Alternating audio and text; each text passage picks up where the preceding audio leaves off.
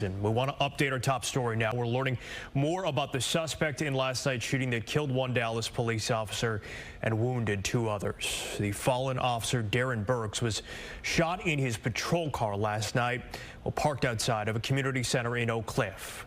They say the suspect, Corey Cobb-Bey, was looking to murder an officer and alluded to plans on social media. The police chief called the killing an execution. Responding officers exchanged gunfire with the shooter, and two of the officers were wounded. One of them is out of the hospital. The other is still recovering in a hospital. Fox 4's Shaun Rabb following those developments.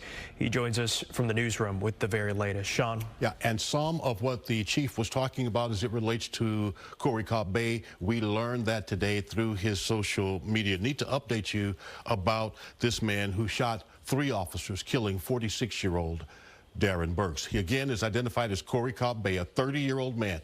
This bookend photo is from 2017, arrest for traffic violations, failure to ID, giving a false name. We could find no record of violent acts before now.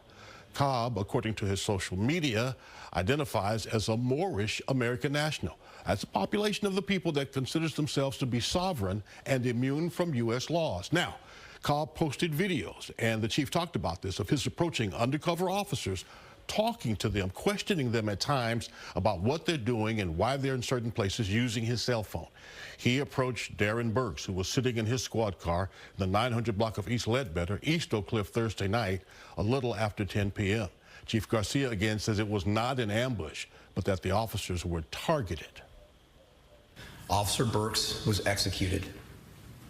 Our preliminary investigation has determined that on Thursday, August 29th at 10:02 p.m., the suspect, identified as 30-year-old Corey Cobb-Bey, a black male, arrived in the 900 block of East Ledbetter Drive and parked his white Buick. At 10:04, Officer Burks arrived at the location and parked near the front entrance of the building between call assignments.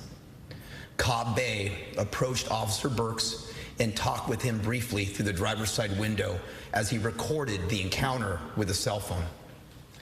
The suspect then pulled out a handgun and executed Officer Burks as he sat in his vehicle.